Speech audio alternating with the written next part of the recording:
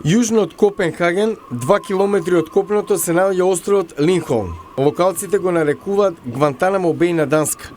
Беше дизајниран како иден дом за 100 странски криминалци. Планот поттикна големо противење од опозицијата. Катастрофа за данската репутација во светот.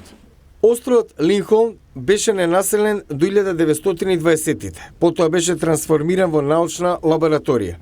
Владата планира да потроши над 100 милиони долари во следните 3 години за да го трансформира во отворен затвор. Локалците изразија загриженост. Што ќе прават со тие што навечер нема да се вратат во бродот? Се чувствуваме многу несигурни, мислиме ќе има негативно влијание врз градот.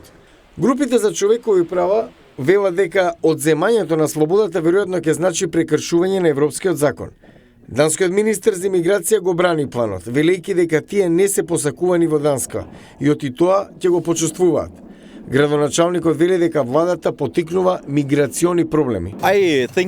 Многу луѓе се загрижени околу ситуацијата со миграцијата и тоа не е нешто што можеме сами да го решиме. Треба да соработуваме со други држави во ЕУ и во светот за да најдеме решение.